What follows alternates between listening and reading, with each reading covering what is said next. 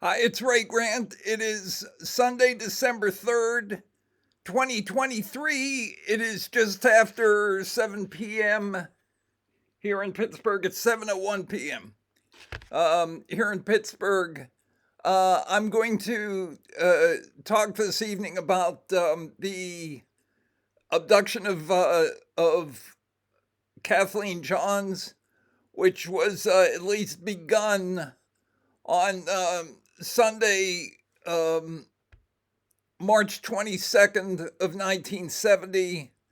And I'm going to read, let me see here, Um, okay, I think I'm just going to read directly from my book for a while here, and then I will get back to speaking off the cuff. Chapter 7, Highway 132 and Bird Road. The Kathleen Johns kidnapping is neither unannounced nor a murder, but I'm placing it in among the unannounced murders here because so many Zodiac hobbyists have disputed its authenticity. They have accused the Zodiac of falsely claiming the kidnapping as his own. I'm not sure why he would carjack someone else's aborted abduction, particularly since it didn't end with a murder, when the whole point of his writing letters to the newspapers seemed to be to brag about his murders. But since I'm always contrasting the legend with the truth, here once again is Wikipedia. On the night of March 22nd, 1970, Kathleen Johns was driving from San Bernardino to Petaluma to visit her mother. She was 7 months pregnant and had her 10-month-old daughter beside her. While heading west on Highway 132 near Modesto, a car behind her began honking its horn and flashing its headlights. She pulled off the road and stopped. The man in the car parked behind her approached her car, stated that he observed that her right rear wheel was wobbling, and offered to tighten the lug nuts. After finishing his work, the man drove off. Yet when Johns pulled forward to re-enter the highway, the wheel almost immediately came off the car. The man returned, offering to drive her to the nearest gas station for help. She and her daughter climbed into his car. During the ride, the car passed several service stations, but the man did not stop. For about 90 minutes,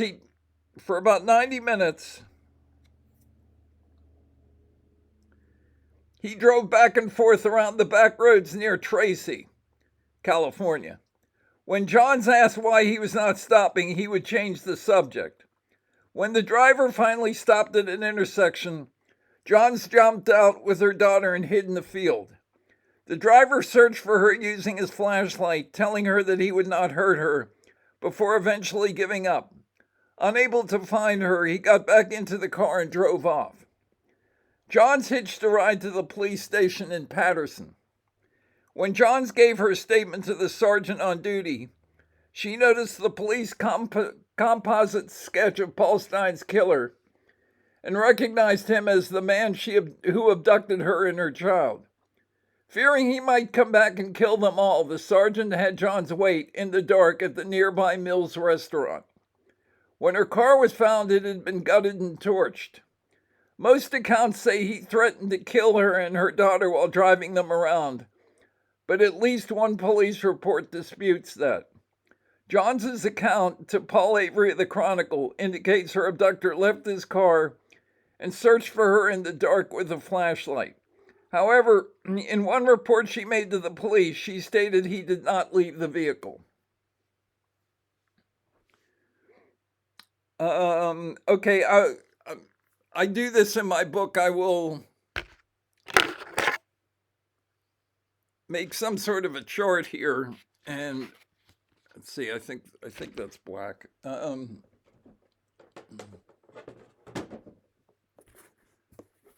We'll use a big board here to do this.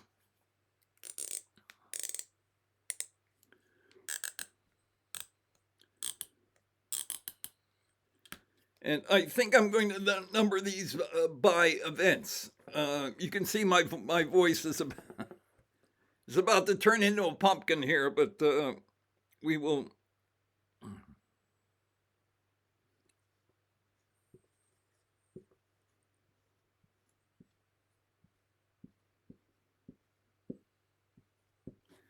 I'm going to head this board with the word abductions.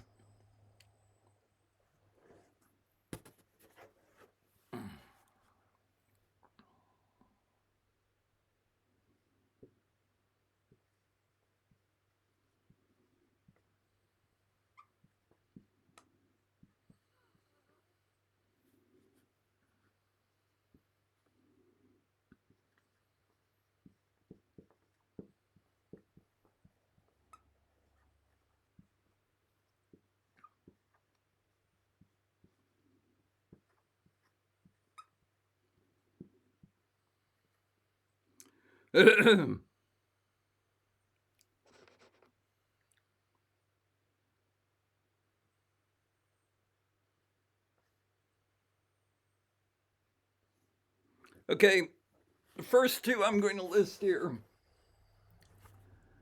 As I've demonstrated on my Riverside video, Cherry Bates was abducted. Okay, David Faraday and Betty Lou Jensen were abducted. Okay.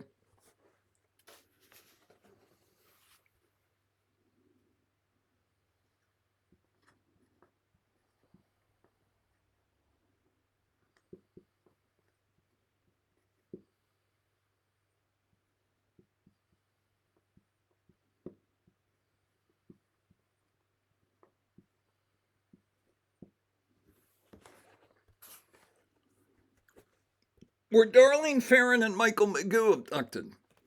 Well, they weren't physically abducted, that's true. However, as Michael Magoo pointed out both to Robert Graysmith and to the production team on David Fincher's documentary, they were chased into the parking lot, or at least chased into. They were forced to drive in certain directions away from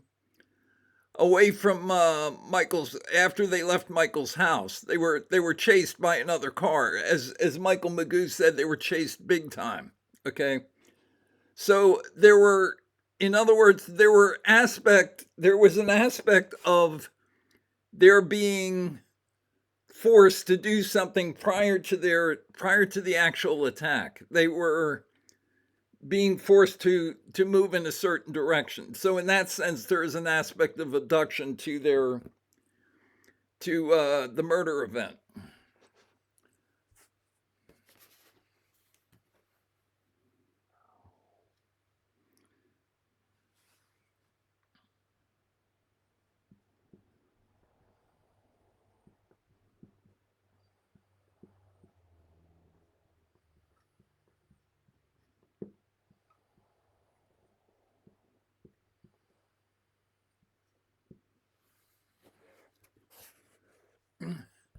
Brian Hartnell and Cecilia Shepard were not abducted per se. They were not taken from a primary crime scene, let's say, and taken to a secondary crime scene. However, there were aspects of their encounter with the Zodiac which resemble an abduction. In other words, Cecilia, they were forced at gunpoint.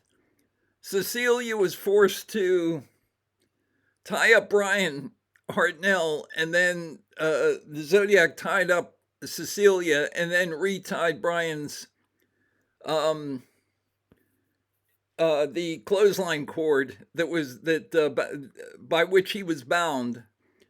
And throughout that, they were not aware of. Brian Hartnell was under the impression that they were just going to be tied up and left where they were, which is why he complained about how cold it would get at night out there. They were not aware of the fact that they were going to be attacked with a knife, and that the that the killer was holding them at bay with a gun, but then forced them to forced the cause them to be tied up, is consistent with the idea that they didn't expect to be shot either. Because if he intended to shoot them, he could have just shot them without tying them up first. Okay, so, and the other problem with shooting them, of course, is that since they were in an open area, shooting them might have caused other people who were in the park to to become aware of that something bad was going down. Okay, so in both the BRSP attacks and the Lake Berryessa attack, there were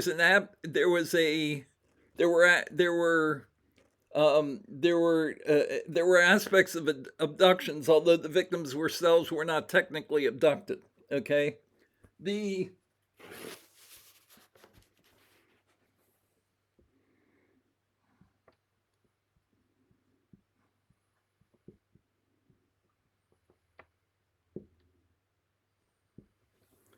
Was Paul Stein abducted?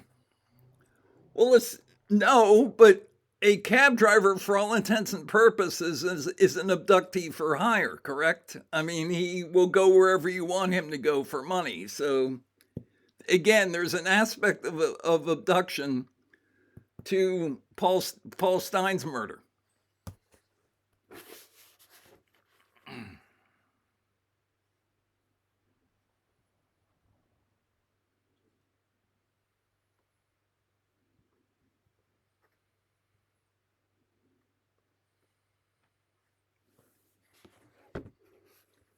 Was Shelley Holmbo abducted? Yes.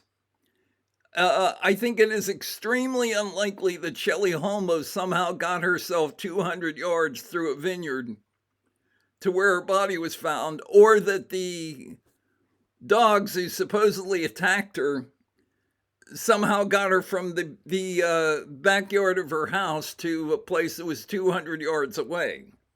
So I think Shelley Holmbo was also abducted. She was taken from one place to a secondary place. Secondary crime scene.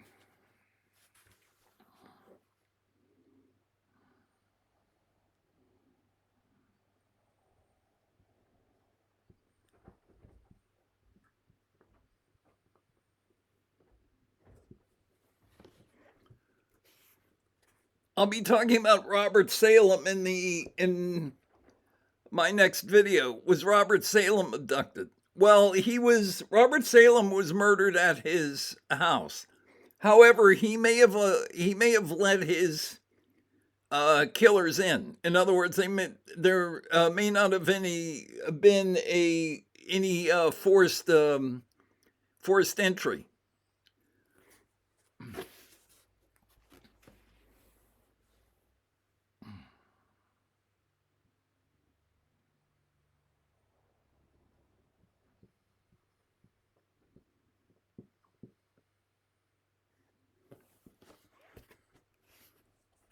Was Donna Lass abducted? Yes. I have given the scenario that a woman, probably Berta Margulies, went into Donna Lass's nurse's station, said something along the lines of my husband is having chest pains in the car in the back of the hotel. We know that Donna Lass was already out of her uniform, was wearing regular clothes, which is probably why other people at the casino didn't particularly take note of her walking into, towards the back parking lot.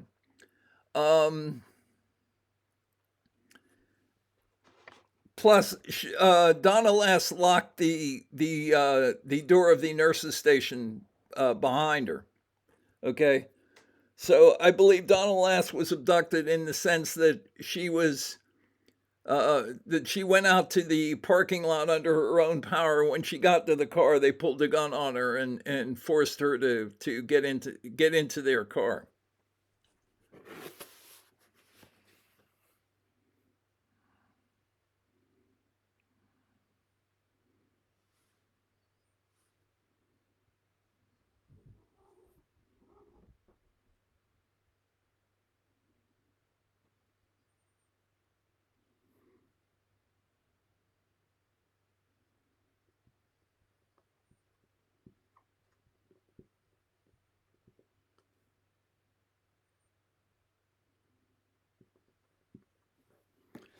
James Scarlett is a little boy who died in the Riverside fire of June 18th, 1981, which I believe was set by the Zodiac killers. So he was a collateral victim. He was not abducted, but his family got caught in the fire and he ended up dying. I believe he was 6 years old.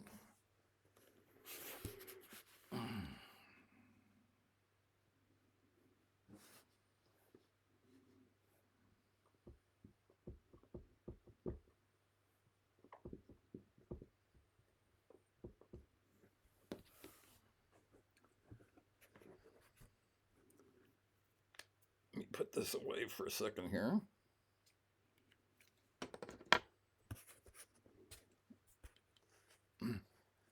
10th event, Joan Webster was last seen at the Logan Airport in the where the luggage carousel is after getting off her flight from New Jersey. As other people pointed out, Joan Webster had to have gone voluntarily with whoever kidnapped and murdered her, because not only did she leave the airport apparently in the company of a man who was described, and there was a sketch of a bearded man. She initially had decided to take a cab from the airport and was apparently talked out of doing that, and took her luggage back out of the trunk of the cab and went with the bearded man. So whoever she went with, I will discuss Joan in a future video, but whoever she went with voluntarily, and she was abducted. So if you want to look at our scorecard here, you see that the first three victims were abducted. And Shelley Holmbo was abducted, Donna Lass was abducted, and Joan Webster was abducted. And there were aspects of abduction in the Darlene Ferrin murder, Blue Rock Springs Park, in the Lake Berryessa attack, and as I said, a cab driver is essentially an abductee for hire. So if you want to look at it that way Paul Stein was abducted. So the only victim who really could be said to have no sense of having been abducted prior to his death, at least, would be James Scarlett, who was a collateral victim. All the other victims were either abducted or there was some aspect of their encounter with the Zodiac which could be said to resemble an abduction. Okay, as you can see from the table, 6 of the 11 murders involved abductions, and several of the other murders had aspects which resembled abductions. For example, Darlene Ferrin was herded into a parking lot by another car, and the couple in Lake Berryessa was taken at gunpoint and tied up, and cab drivers are essentially abductees for hire. So I said the same thing in 2015 that I'm saying now.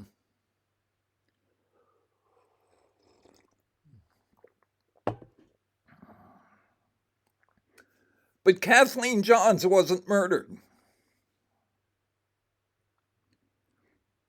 Kathleen's story is related to Robert Graysmith in his book Zodiac in 1986, is significantly more melodramatic than the police reports were in March 1970. I'm guessing it's more melodramatic out of necessity because Graysmith had to describe something that lasted over an hour with no murder and no attack for that matter, and which was mostly just a nameless drive over rural roads in and around Tracy, California.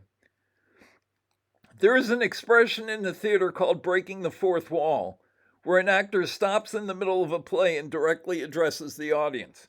The Kathleen Johns episode is where the Zodiacs break the fourth wall, not by directly talking to the police and the public, but by making a public demonstration.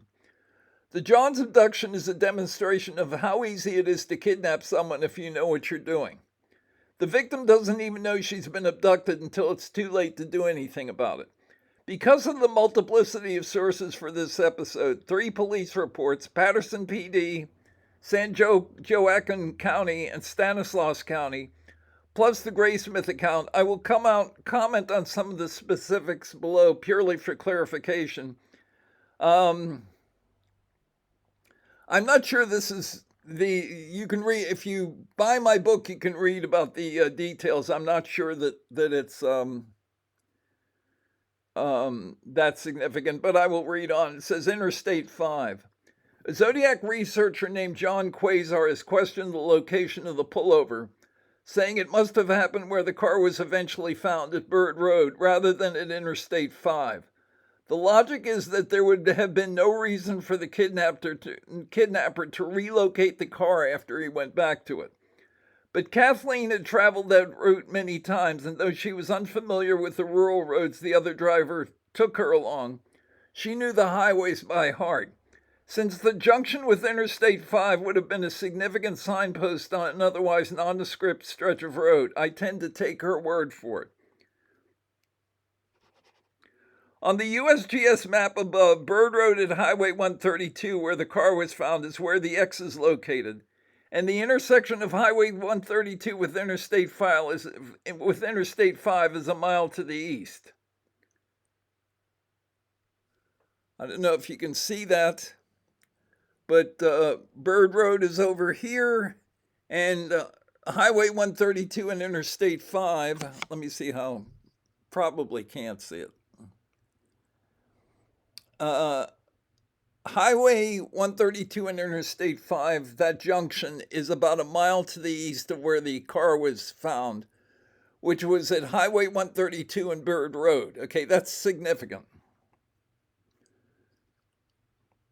Okay, I'm not going to comment on the actual. I talk about the actual act of loosening the lugs on the tire and so forth. I don't think that's worth going into at this point.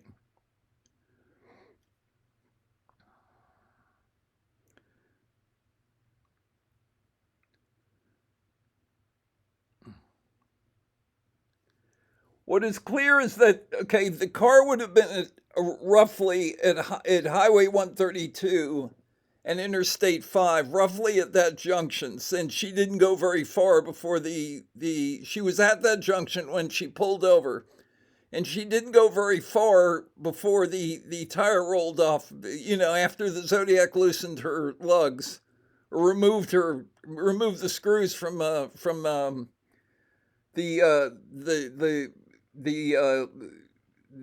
wheel.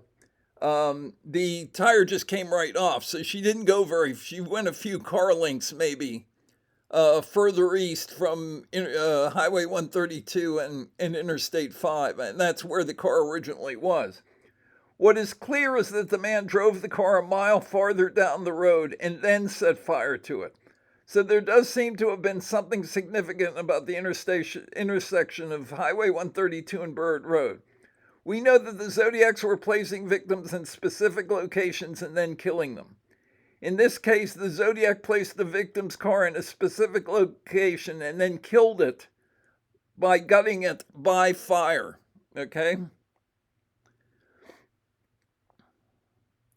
Disclaimers. But was the kidnapper the Zodiac? If not, you have the amazing coincidence of Kathleen Johns seeing the wanted poster and immediately identifying the Zodiac as her abductor, even though she wasn't familiar with who the Zodiac was at that point. And then the Zodiac himself claimed her as a victim a few months later. Kathleen lived in Southern California, where the Zodiac had not been front page news. The Manson murders were front page news. Considering her distracted lifestyle, it's not that hard to imagine she had no idea who the Zodiac was. Either that or the responding officer for the Patterson Police Department found her acting very convincing, since he panicked when he heard the news. And then I talk about the fact that there aren't any examples in the Zodiac letters of the Zodiac taking credit for a crime he didn't commit.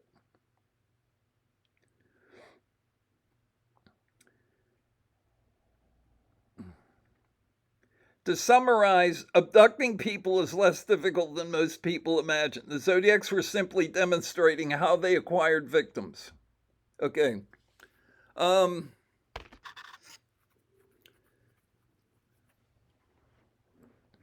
First, let's talk about Highway 132 and Bird Road.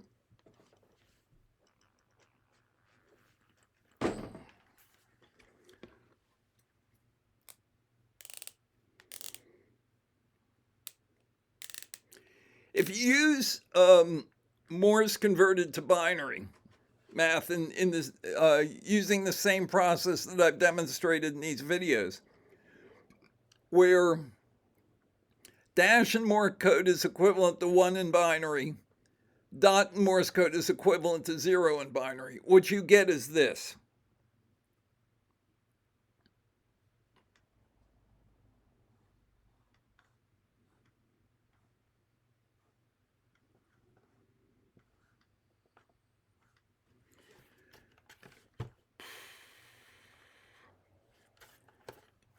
You start with the word fire.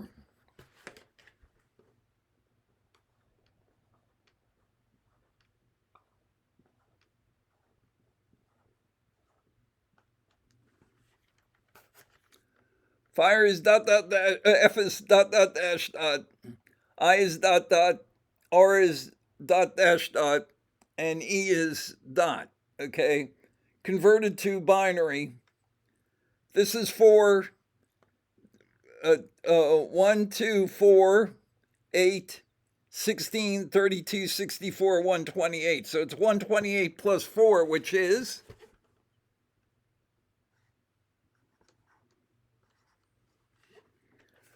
132. Kathleen Johns is driving along Highway 132, and she was, when she pulled over, she was at the intersection of Highway 132, which is fire, and Interstate 5. Okay, that wasn't good enough for the Zodiacs. So after she jumped out of the car, after he'd been driving her around for a while, and she finally jumped out of the car, and let's be clear about something.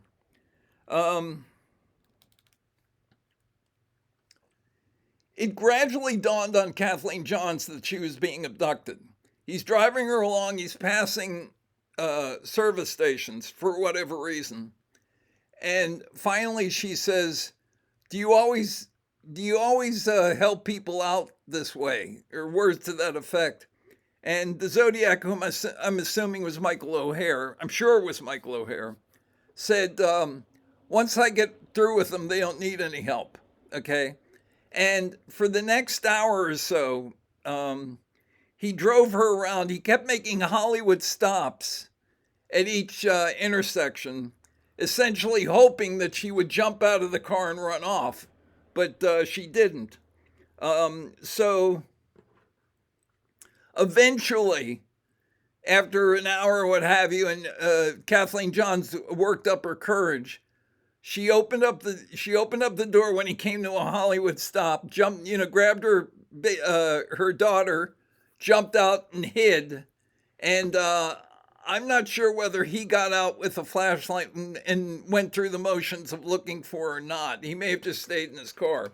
Anyway, after she was picked up and taken to a police station, Michael O'Hare drives back to where her car is at Highway 132 and Interstate 5 and drives it to Bird Road.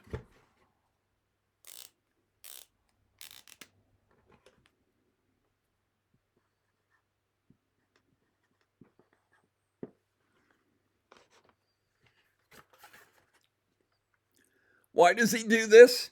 He's creating an intersection of Bird Road and Highway 132, which is to say Bird Road and Fire.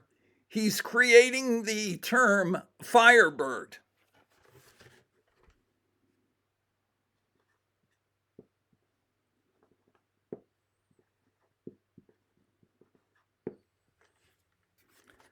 What is the Firebird in mythology? It's the phoenix.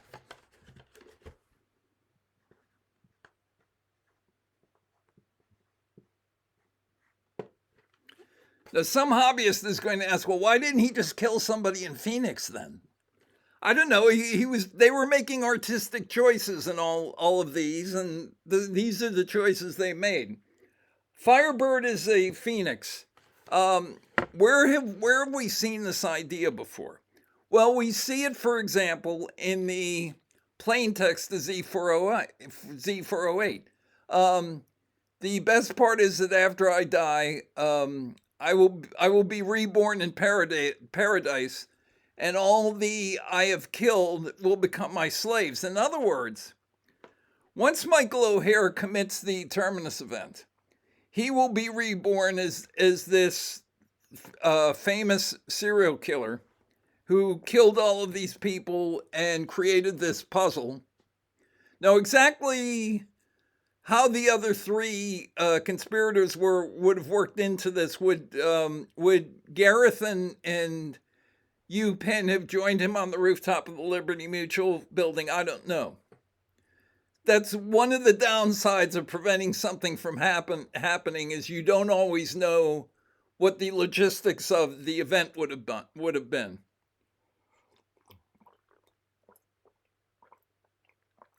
However, the idea is that although he's dead, he is reborn in paradise. He becomes famous for all time, just as Lee Harvey Oswald. Lee Harvey Oswald is one of the most significant people of the 20th century, even though in person he was about as insignificant a person as you could point to. But because of what he did, he became a very significant historical figure, okay? Once he is dead, Michael O'Hare will be reborn in paradise, and all of his victims will effectively be his slaves. They won't have lives of their own. All of their lives, Cherry Bates's life, and David Faraday's life, Betty Lou Jensen's life, Darlene Ferrin's life, Cecilia Shepard's life, Paul Stein's life. None of them are ever talked about very much on Zodiac message boards, okay? Hobbyists don't care about the victims. That's basically the problem, okay? If they cared about the victims, they would look at the victims, they would look at Cherry Bates, and they would look at David Faraday, and they would say, these victims would not have acted the way these hobbyists think that they acted, okay? But you can't, there's nothing you can do to change their minds. Their minds are, and they have the victims moving around like zombies on the landscape. Why? Because it fits their preconception, which is funny because I'm the one who gets accused of that. But I didn't have any preconceptions about how the murders were committed. If you read my original book, it's all about the conceptual art angle. I don't talk at all about how the murders were actually committed because I assumed at that point that they were committed conventionally. Okay, but anyway, so it's this idea. He's creating this tableau in effect of a Firebird, and that's what fire is 132 in binary.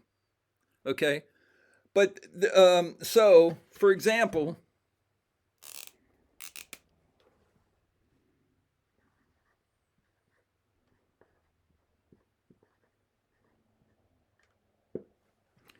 when the killer says "buy fire" in the Halloween card, he's not kidding.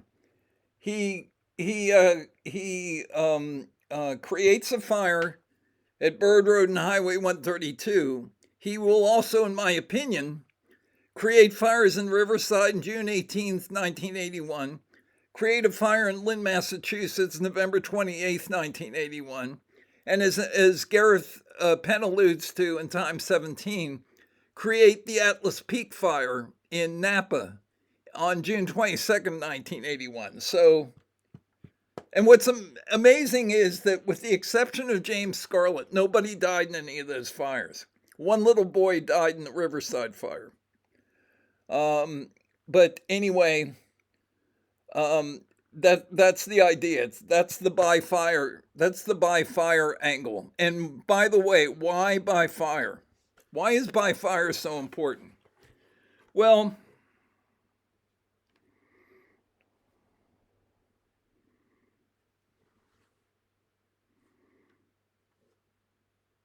I'll do it over here. Why not? Just save some space. What is the most common constant in mathematics? What's the most common constant in geometry? What's the basis for a lot of geometry? It's pi. What is pi by? Remember, I said alphabet quantities are important, alphabet numbers?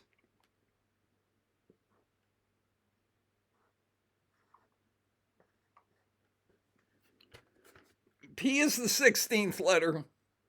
I is the ninth letter. Okay? So pi can be said to be 169. What is 169 in as an exponential number?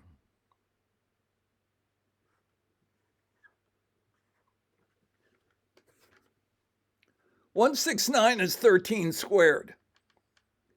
So you have zodiac expressions where an exponential number is used as part of the base.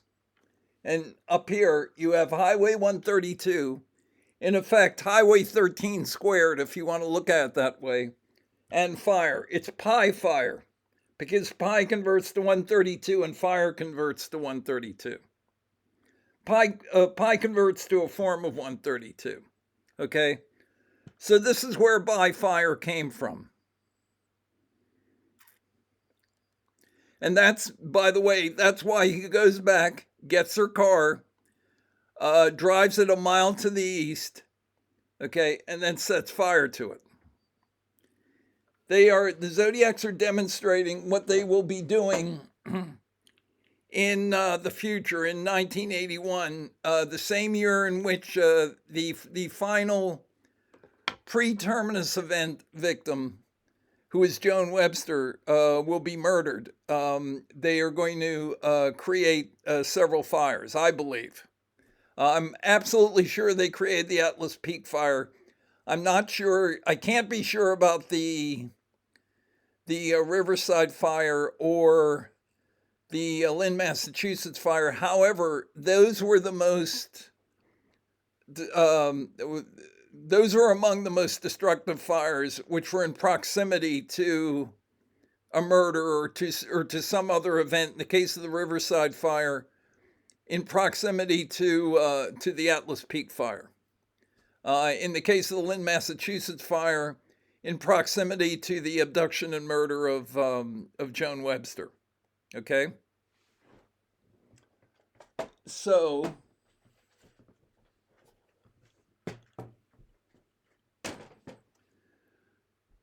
let me think here. So, oh, okay.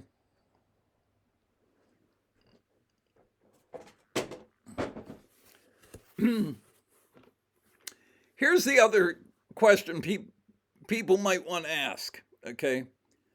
Well, okay, if they went to the trouble of abducting Kathleen Johns, and they went to the trouble of coming back to her car and moving it and putting the wheel back on, then driving it a mile to the east and then setting fire to it so they can create the tableau Firebird, okay, which looks forward to the events of August of 1989. If they went to that much trouble, how come they didn't kill Kathleen Johns? Well, again, what I'm saying here is that this is a public demonstration, and they're demonstrating aspects of their process. So one of the aspects that they're demonstrating is that for example, most of the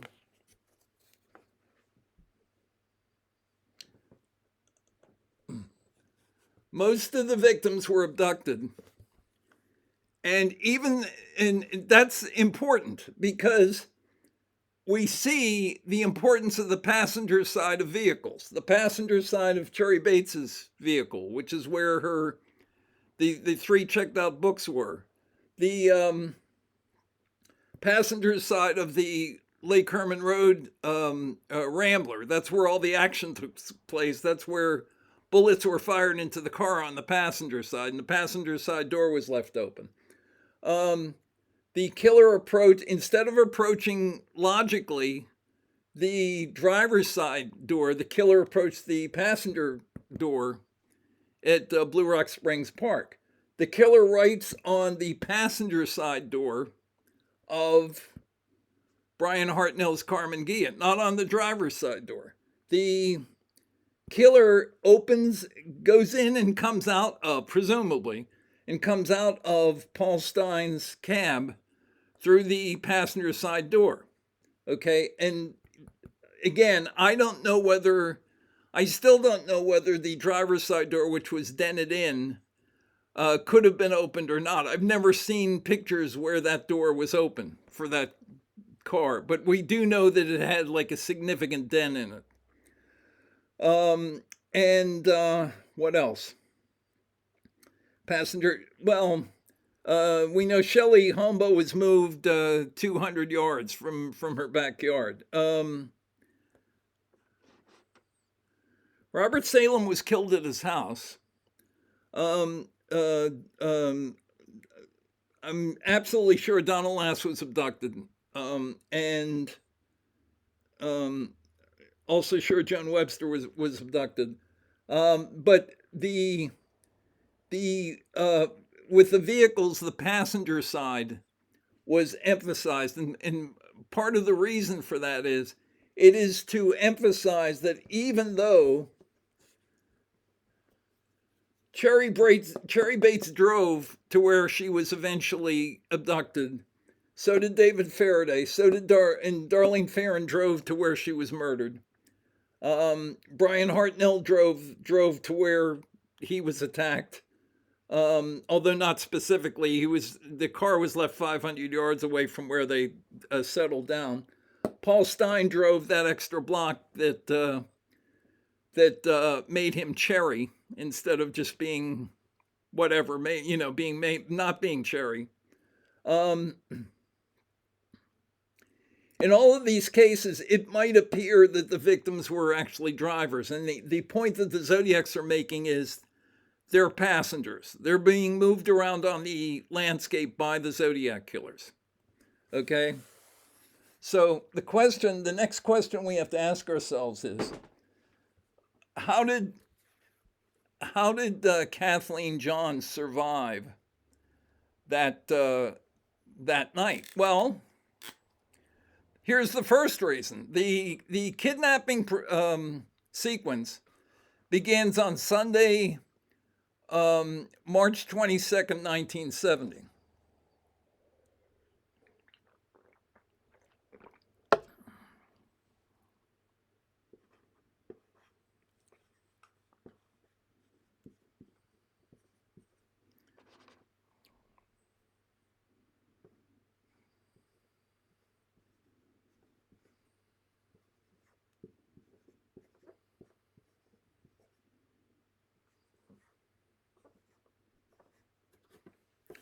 March 22nd, 1970 is 3/22/70. Okay, and the important numbers in that sequence are 3/22. Okay, what is the fundamental number sequence? One of the fundamental themes of the Zodiac killer, of the Zodiac Project.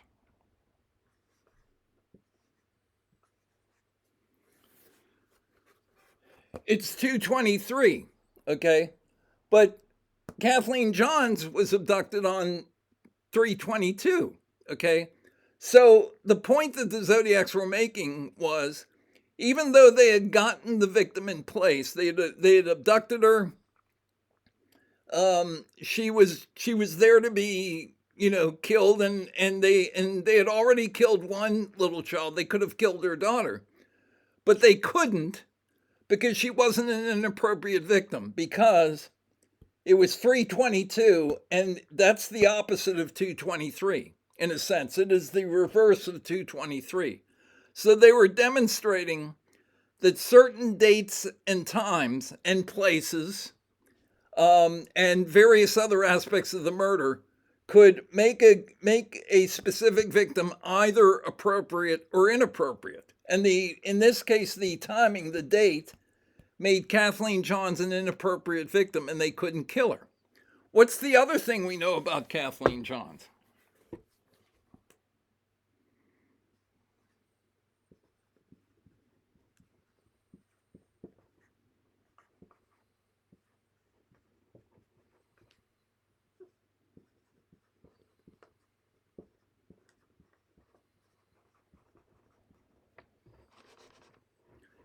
We know that, is that thing still working or not? Let me take a quick look here. Yes, okay. We know that Kathleen Johns was traveling with her 10-month-old daughter, okay? And plus, Kathleen Johns was 7 months pregnant, okay? So Kathleen didn't waste any time, okay? Apparently she liked being a mom, okay? Anyway, one of the things that I should have... Oh, the point to be made here is that, is there one thing that the first time you meet Kathleen Johns, what's the first thing you know about her?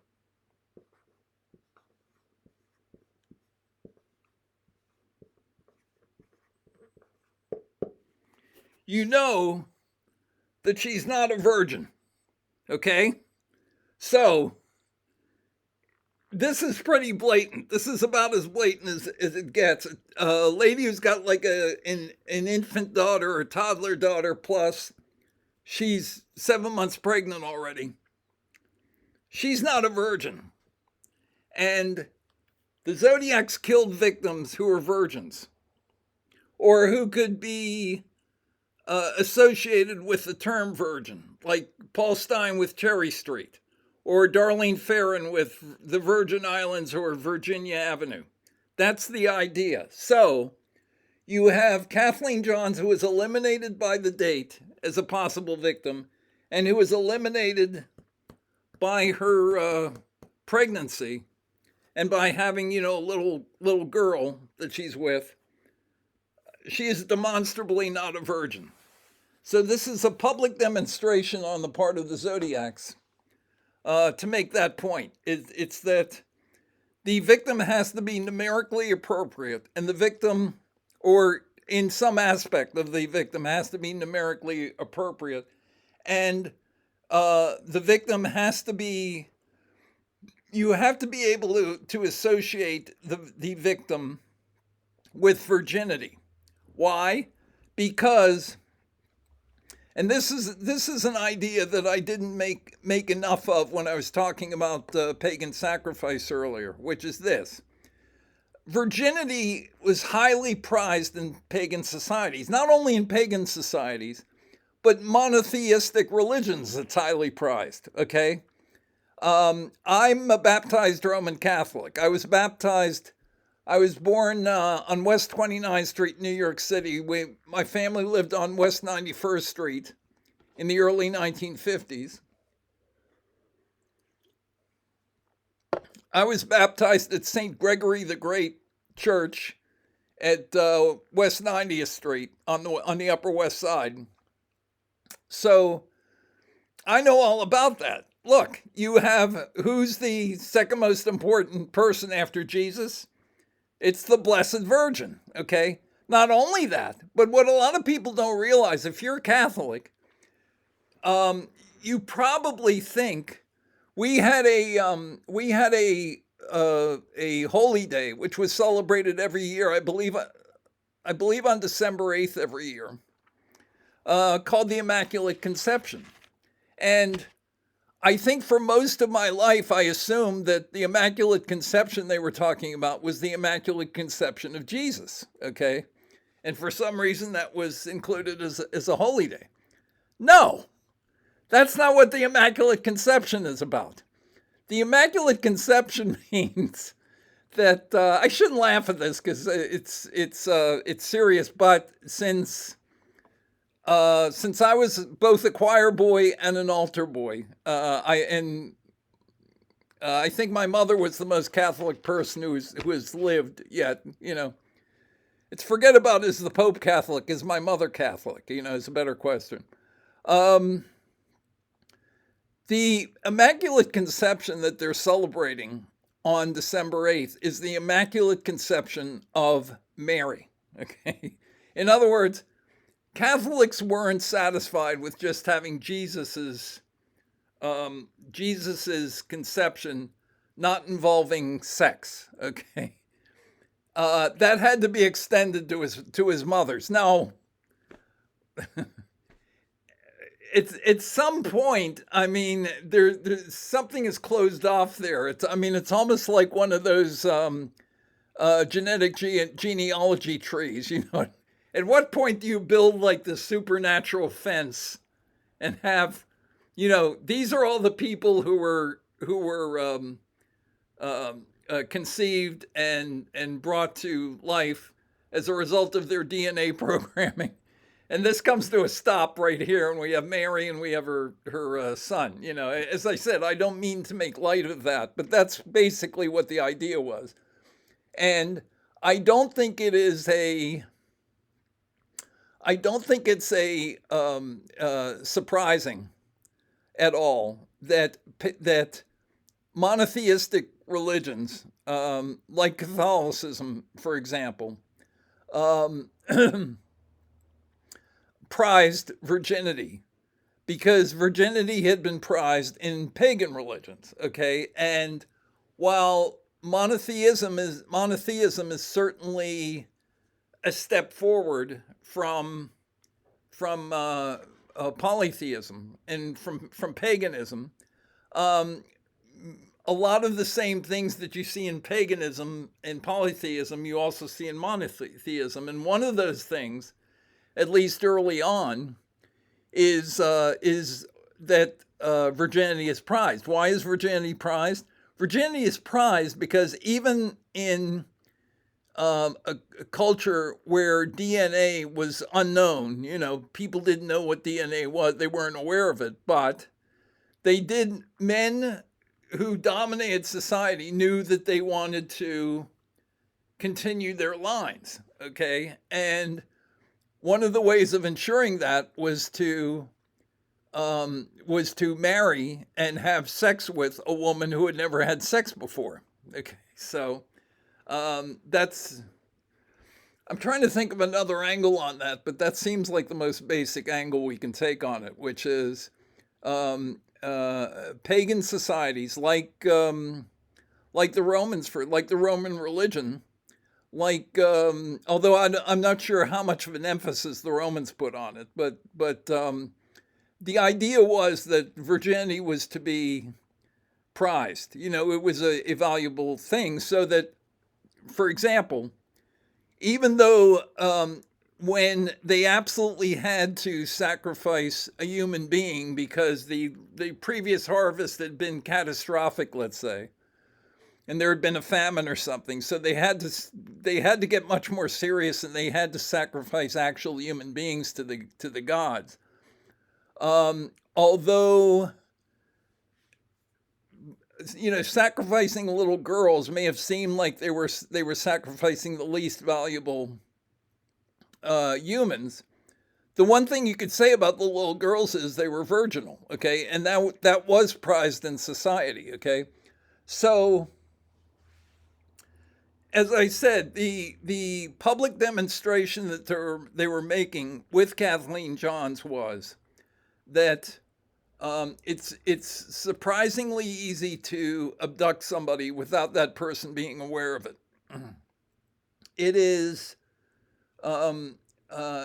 having done that, and the other thing that the Zodiacs may have been demonstrating is that when they sent the little list letter in July 26, 1970, on the one hand, they may have been saying, we are choosing people ahead of time because of their appropriateness within the Zodiac project. They chose Brian Hartnell and Cecilia Shepard because they were Seventh-day Adventists.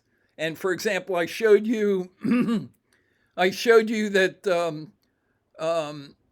David Faraday and Darlene Ferrin and Shelley Holmboe all have the word Easter under their inside their names. In other words, Easter is a plain text inside the ciphertext that is their names. Okay. Although they were demonstrating that, the Seventh-day Adventists don't celebrate Easter because there's no Easter Sunday because they don't. Their Sabbath isn't on Sunday; it's on Saturday, just like with the Jews. So, in effect, the Zodiac killers were singling out a religious sect which didn't sell, even though the final product of the Zodiac killers was Easter. And by the way, as long as I'm on this topic, I might as well. I showed you about fire and everything, right?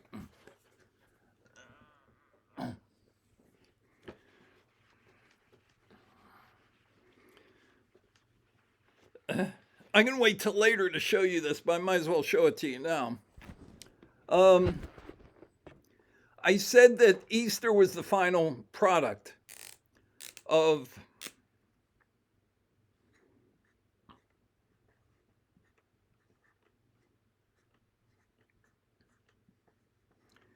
Easter was the final product of Dante's Inferno.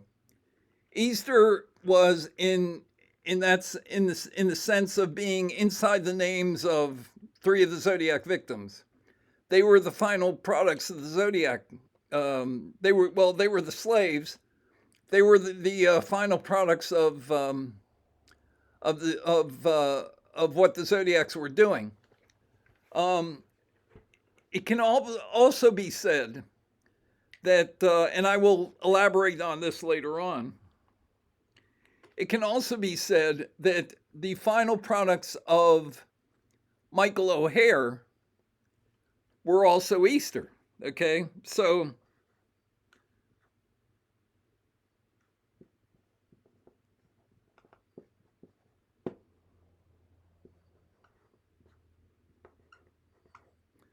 Michael O'Hare his wife had a daughter in 1983 and had another daughter in 1987.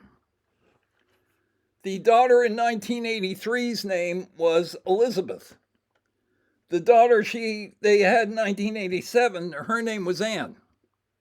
If they had 3 kids, I'm guessing that the 3rd kid would have been Samantha or Samuel or Steve or some name that began with S. My guess is, I don't think Michael's wife was in on the Zodiac project, but my guess is that she gave him different names that she thought they might want to name their first kid, and he was going to pick a name that began with E. It was so that they could create, so Michael could create this acrostic, Easter. So the first daughter was Elizabeth, the second daughter was Anne. If he'd had the 3rd daughter, Sally, Steve, 4th daughter, Tom or Teresa, or 4th child, 5th, I don't know, Elaine, Esther. What's a guy's name that begins with E? Esau.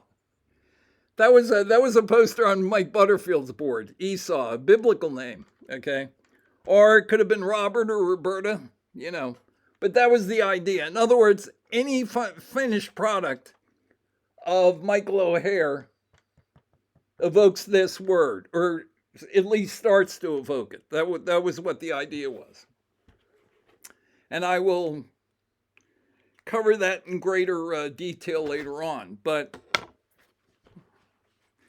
I want to touch on something here that I think is worth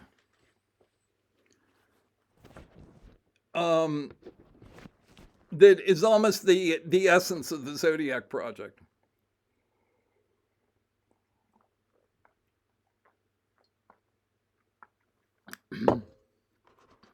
My voice seems to get better the further into the video. The longer I talk, it seems like it kind of levels off. I don't know.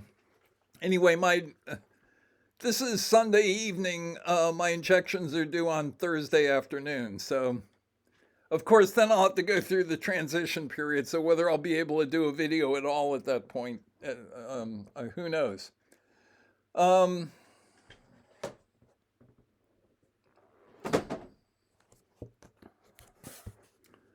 This is the list of victims. Okay, and here's the thing. I had. Let me see if I can find the.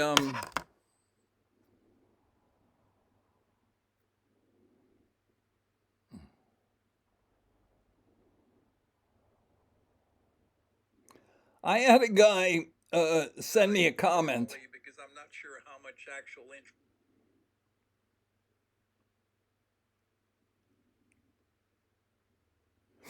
Here's what this guy says. Parent 2090, okay? And I responded to him, and he never got back to me, but we'll read this. Thanks for, this is I guess, in the wake of my Riverside video. He said, thanks for sharing your thoughts. I'm impressed with how much research you've done. But wouldn't your scenario open the murders up to a much bigger chance of being observed and captured?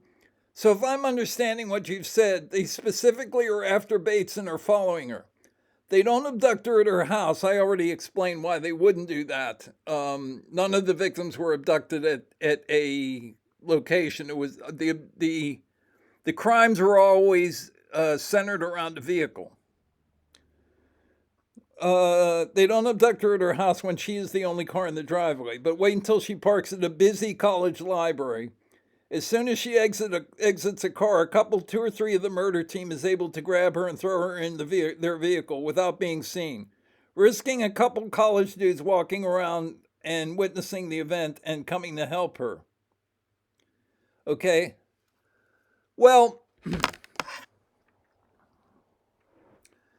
basically what I think what my response to that was, and I know I responded to it on a video as well, is that since we know that Sherry Bates was abducted at some point, or she was attacked at some point, and murdered, and when she was murdered, nobody came to help her, and no one saw when she was, for example, when she was trying to get her car started. If that isn't a complete fiction, then at some point she wasn't surrounded by people, and there was an opening, and whoever killed her was able to approach her and kill her because it wasn't that busy around her. Okay, so the very fact that Sherry Bates became a victim tells us that at some point there was an opening, and her killer or killers took advantage of that. Okay, but what if we take that idea a step further? Okay, in other words, this is something I hadn't. I think I had only superficially addressed maybe in one of my earlier books. I don't think I addressed it in the 2015 book. Maybe I did. I don't know. But this is a thought that occurred to me when I was talking about things, for example, like using the passenger side of the vehicles. Okay, that there's a statement in the confession letter where the writer says about Sherry Bates, she went very willingly. Okay. We just saw an example of when we're talking about Kathleen Johns, and again, that's a demonstration of their process. Okay, they're basically showing you, they're lowering the fourth wall and saying, okay, this is how we do what we do. Okay, so if that's the case, Kathleen Johns got into the vehicle of the Zodiac killer willingly. In fact, she was riding around with him willingly and probably engaging in small talk for a while until it became obvious to her that he wasn't going to stop at a service station. And then at some point she said, do you always help people on the road like this? And he said, when I get done with them, they don't need any help. Okay. So he made it clear that he had nefarious intentions, but he never actually did anything. I have every belief that he was doing those Hollywood stops to get her to jump out of the car, that he was trying to induce her to make a run for it. So he just kept, every time he came to a stop sign, he would slow down and stop and maybe very slowly drift away from the intersection in the hope that she would jump out. And eventually she did. I think I said in the books, one of the books in the early 1990s, there's nothing funny about the Zodiac murders, but if there's any point where what was happening became a comedy, it was then. It was when Michael O'Hare had no intention of killing Kathleen Johns because she was a demonstration of an inappropriate victim. But he couldn't get her to jump out of the car no matter what he did. And he couldn't just say, well, jump out of the car and run, because he had to.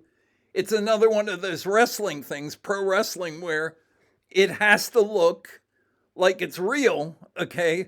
But at the same time, he wanted her to jump out of the car. So, I mean, if you want to like laugh at something, then you can sort of laugh at the Zodiac killer there, because the victim was not cooperating in getting away the way he wanted her to. Okay, but anyway, in the confession letter, the writer says she went very willingly, and when I've been doing the thinking about the Kathleen Johns abduction, and I was thinking about that, and one of the things that occurred to me was, well, among other things, they're demonstrating that Kathleen Johns went very willingly with, look, she's out on a highway late at night at the intersection of Highway 132 and Interstate 5. And a guy comes along and says, hey, I'll drive you to the next service station. You can get somebody and they'll drive back here and, fix the car and so forth. And she bundles up her little kid and gets into his car. And Kathleen Johns said, if you read the Graysmith book, that this guy looked very clean cut. He had one of those, you don't see these anymore, okay? I don't own one of those like little things that you wear that you strap onto the earpieces of your glasses. And if you're getting jostled around, they hold your glasses onto your head and it's a band, and it has like these rubber things that go around the, this part of your glasses, and then they stay on. But that guy had those on on the back of his head. He had like a glasses strap on, and Kathleen Johns said he had short hair. Kathleen Johns said he was very clean cut. I thought maybe he was military. That's how clean cut he was. Okay. So there was nothing about him that particularly said this guy's a maniac, except until he starts driving past service stations and she asks that sarcastic question and he gives a sarcastic answer, and then she knows that she might be in trouble. He never actually said that he was going to kill her. What he kept saying was, you know I'm going to kill you, don't you? You know you're going to die. He doesn't say, I'm going to kill you, you're going to die. He says, I'm going to kill you. In other words, what he's playing on is her belief that his intent is to kill her, okay? So the question then is, and as I said, I've actually been thinking about this today. I mean, it occurred to me at various times in the past. But I didn't think it applied to all of his murders. And now I'm beginning to think that maybe it did. Okay? Here's the question. Did Cherry Bates voluntarily go with her abductors? In other words, in my novel, I have Yu Penn get out, following her car. She pulls over, he pulls over, he gets out of the car. He's an older man. He's in 1966, he's 53 years old. He has state ID. And he says, your dad works for the defense industry. We're investigating a leak at his plant. Could we talk to you for a few minutes? And she says something like, okay, sure. Can I, do we need to drive somewhere? Or should we drive back to my house? No, you can just leave your car there. Just come back into our car and we'll talk to you. We'll talk to you in the back seat. And it's similar to, as I said, Ted Bundy abducted victims. When he abducted Kathy Parks, he goes driving and she was at Oregon State. And as he goes driving out toward the woods, as Bundy said, she was getting increasingly uncomfortable seeing that, he said, well, I have to go drive somewhere and pick something up. So they're driving out and they're getting further and further away from civilization. And eventually they reach a point where it's too late for her to do anything about it. Okay. But what I'm getting at is that it's possible. I was just talking in the case of Kathleen Johns. A victim has to be numerically appropriate. A victim has to be associated, because she is a sacrifice victim. She has to be associated with the concept of virginity. She doesn't have to be a virgin necessarily, but there has to be something that connects him or her to virginity. As I said, Paul Stein at Washington Maple isn't a virgin. At Washington Cherry, he is, okay? Because he is associated with the word cherry, okay? So here you have Cherry Bates, but what if the other requirement is that the victim go willingly, at least at the very beginning of the interaction with them? That is certainly possible, and it would explain why there was no outcry and why nobody particularly noticed it. Yu Penn walked up with police ID, said, could I talk to you for a minute or two? She gets into the back of the car. They pull out. He says something like, we're going to drive down the block here and pull into a private place. Anyway, by the time they get to the secondary crime scene, it is no longer possible for her to do anything about it. Okay. Same thing with David Faraday and Betty Lou Jensen. I say they were abducted in Blue Rock Springs Park. I don't know what the nature of that encounter was. I mean, it may have been a question of Yu Penn going up saying, I don't know, we're checking on couples. There was a couple that was attacked in the park. We'd like to ask you a few questions. Could you get into our car and talk to us there? Or something, and we're going to move the cars out onto Lake Herman Road, if that's all right, because we have other police units who are going to pull in. And remember, Yu Penn would have had Gareth Penn and Michael O'Hare with them, so it would have looked legit. I mean, if people are worried about a serial killer, they're worried about one guy for the most part. Hey, read the Zodiac Killer message boards. They'll tell you the Zodiac Killer was one guy. Okay, so if you see more than one guy, you're good. Don't worry. Okay, so again, Darlene Ferrin went where the Zodiacs wanted her to go. Okay, now she didn't verbally consent, but in a sense, by driving into the parking lot. The second thing is, I've been saying, and I still believe it, that Michael O'Hare pulled back out of the parking lot because the clock had struck 12 and it was no longer July 4th. I think that's true. But another reason to drive away would have been to give Darlene Ferrin the chance to pull out. If she chose to do that, just pull out of the parking lot, drive away, okay? And she doesn't get murdered.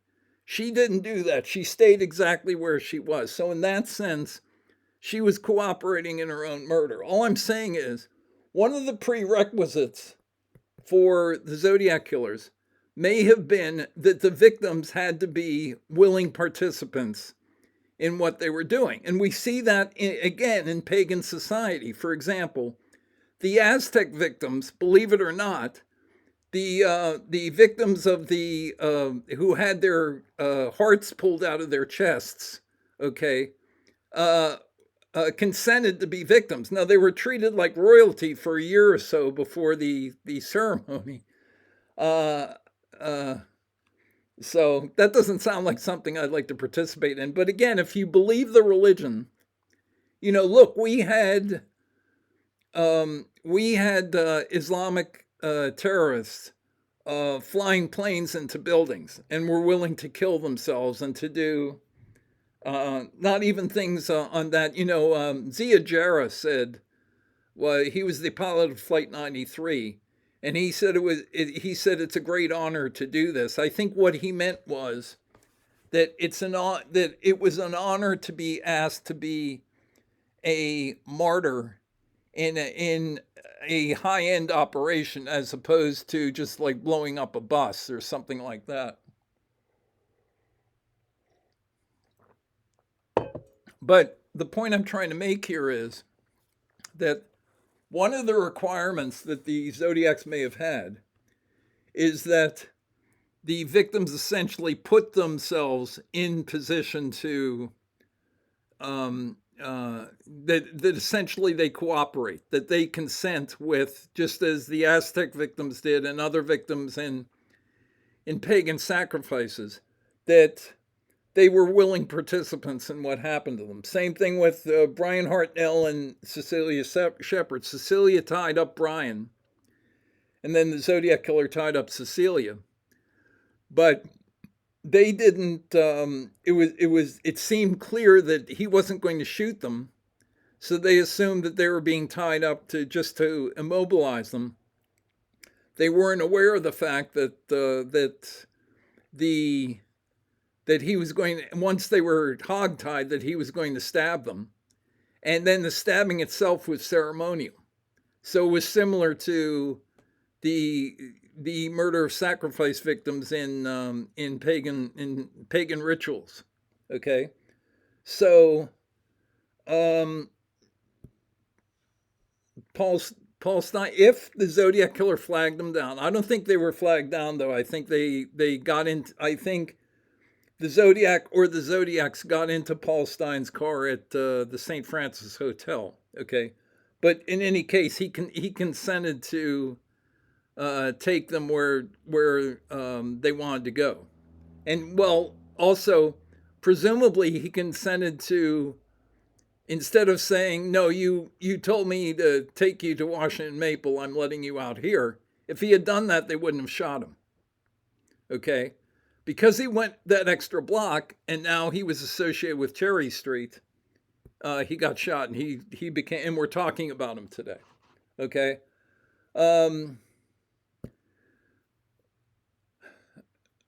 Yeah, I mean, Shelley Holmbo could not have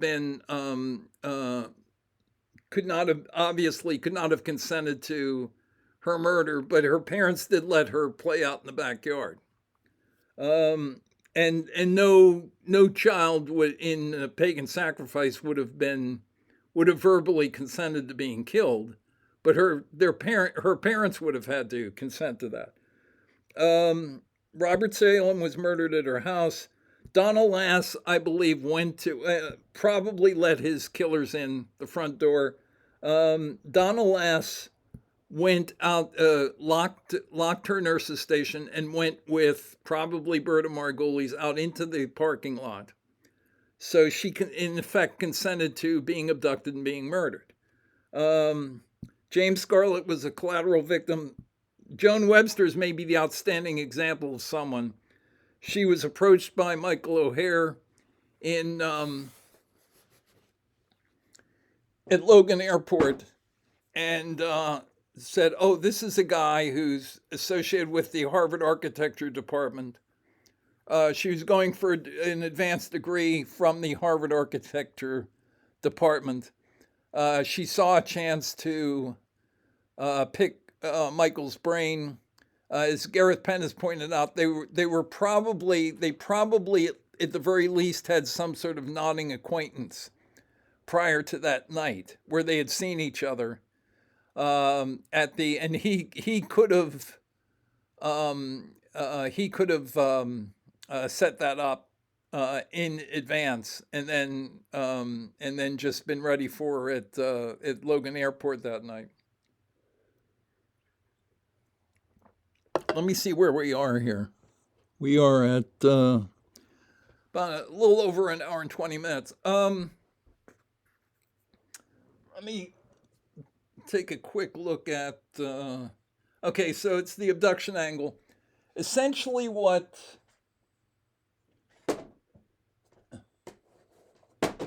the Kathleen Johns kidnapping and the idea of driving her around and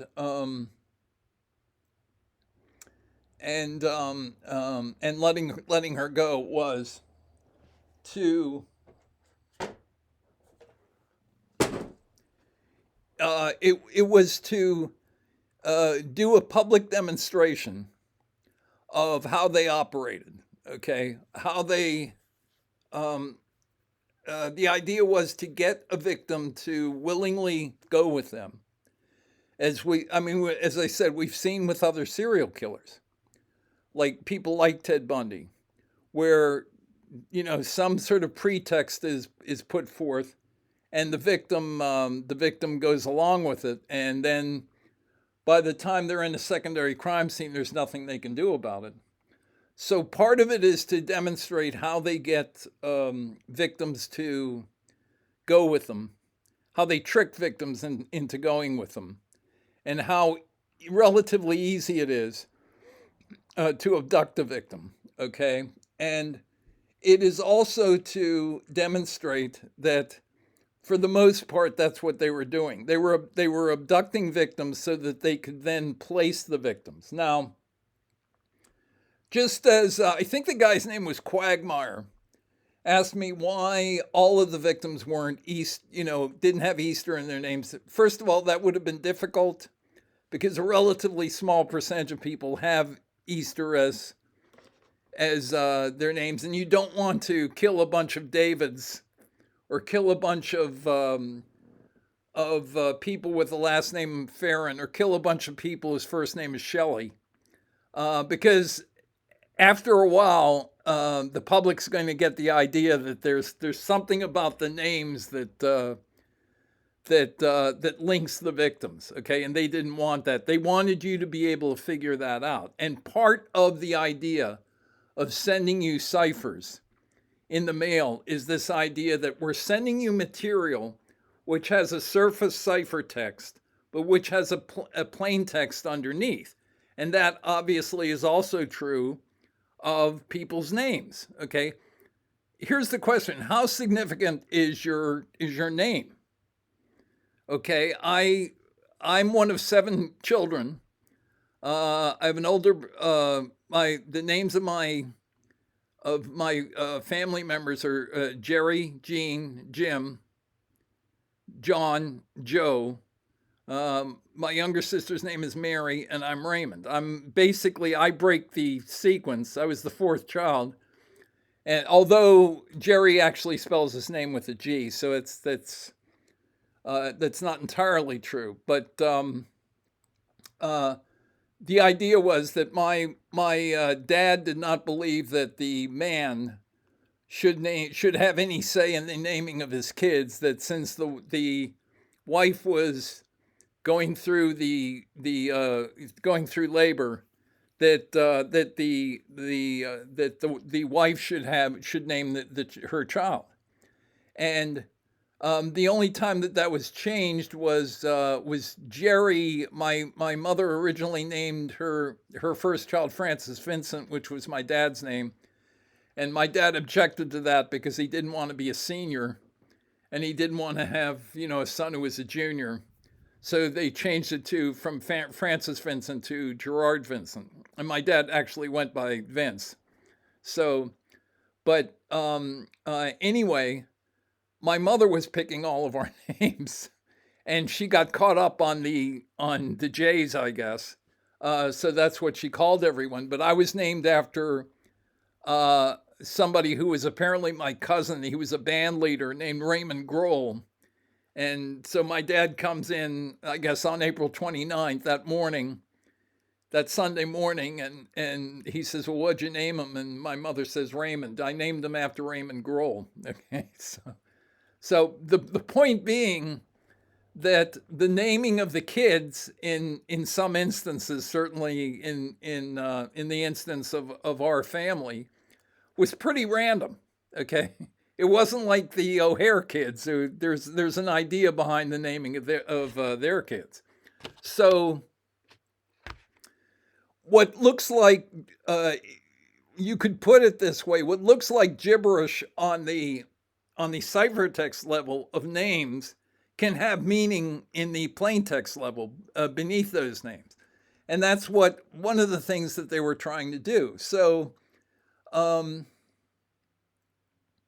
they were the Zodiacs were demonstrating how they did that it was relatively easy to abduct somebody.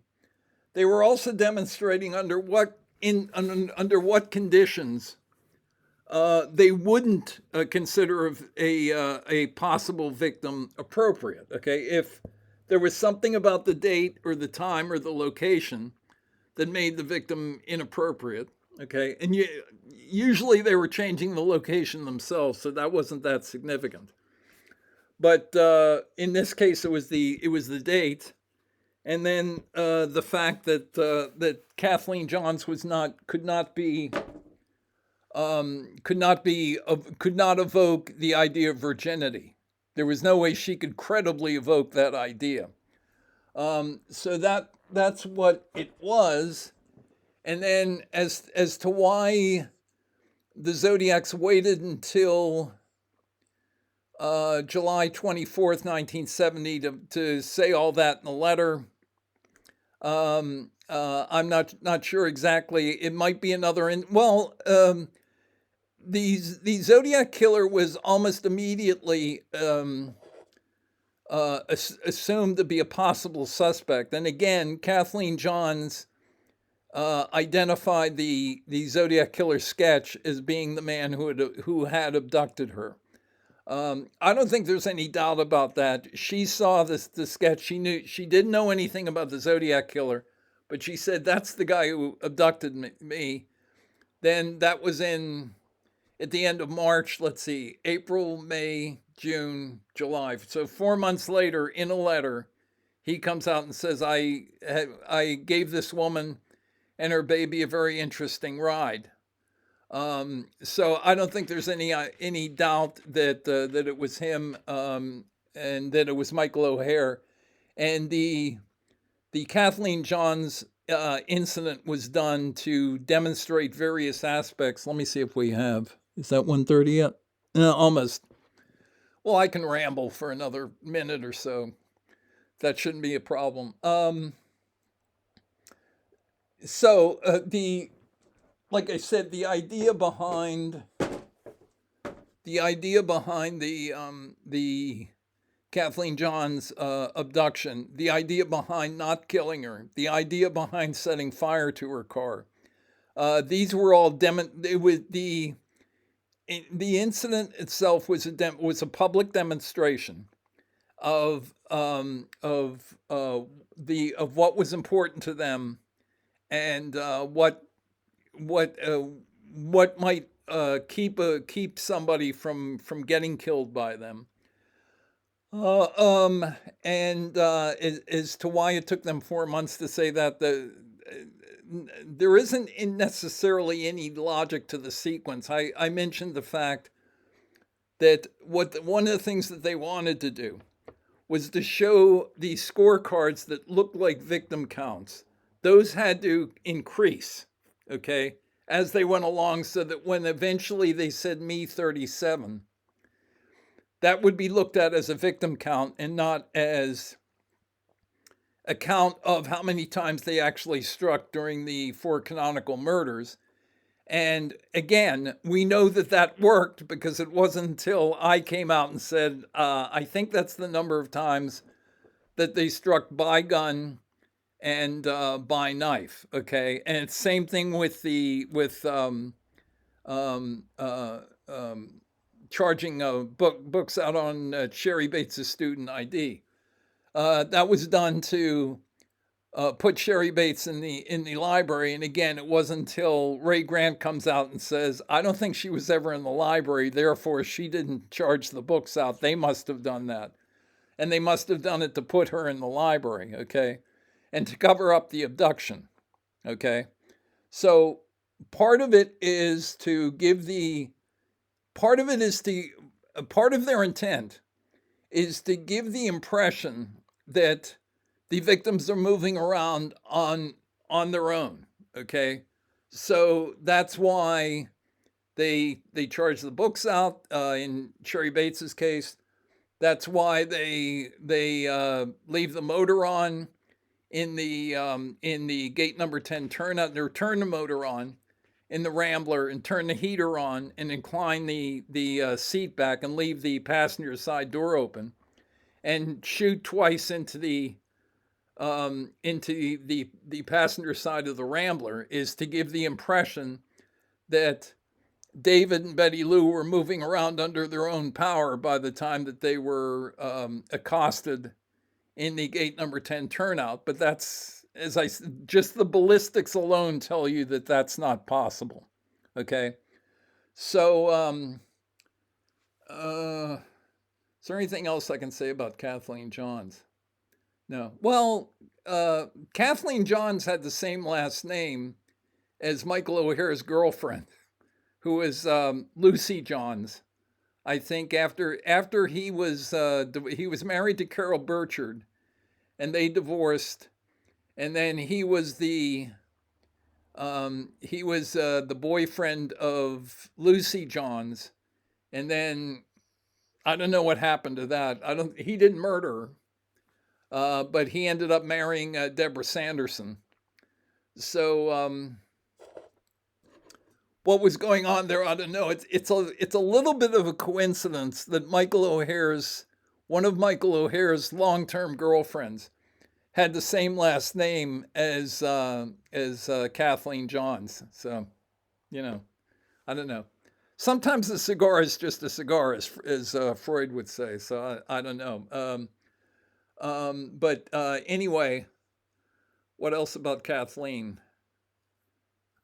Oh, when I talked to the Pittsburgh police in May of 1989, they suggested that I talk to Kathleen Johns because if she was she had been with the killer for at least an hour and knew what he looked like, and maybe he could be shown.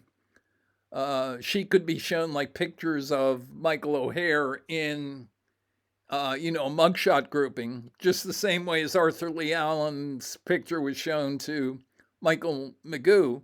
And certainly Kathleen Johns saw her abductor for much longer and under much better conditions than Magoo did. So the Pittsburgh police homicide detail said that would be our next move if we were going to, that would be our next lead if we were going to pursue this. When I talked to Captain Roy Conway back in 1991, and I can say this because Kathleen is no longer with us, his opinion was, he said, I don't think Kathleen is a particularly reliable witness, so I wouldn't hold your hopes up on that one, okay? Because even if she were to identify somebody, I don't know how much credence it would be given to her. She was kind of, Kathleen Johns was a little bit fly by night, as you might expect of somebody who was out driving on Highway 132 around midnight with her driving from San Bernardino to Petaluma in the wee hours of the morning with her 10-month-old daughter and being 7 months pregnant, she wasn't.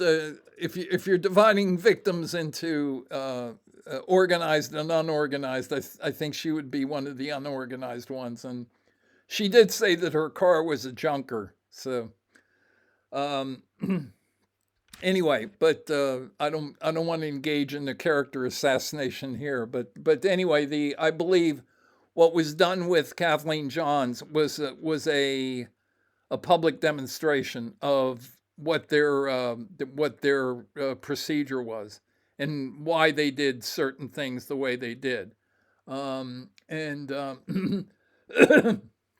that's what the significance is. That's offhand all I can think of. If I think of something else in the meantime, I will mention it in my next video. I want to thank everybody for their patience in watching my looking at my videos. And let me see if I can locate the insertion point here. What is it? It's 136. Well, that's not bad. This is a short video for me. Okay, the next video will probably be on the Robert Salem murder. I hope I will do that in the next day or two. So maybe tomorrow. So in the meantime, again, thanks for watching, and I will talk to you soon.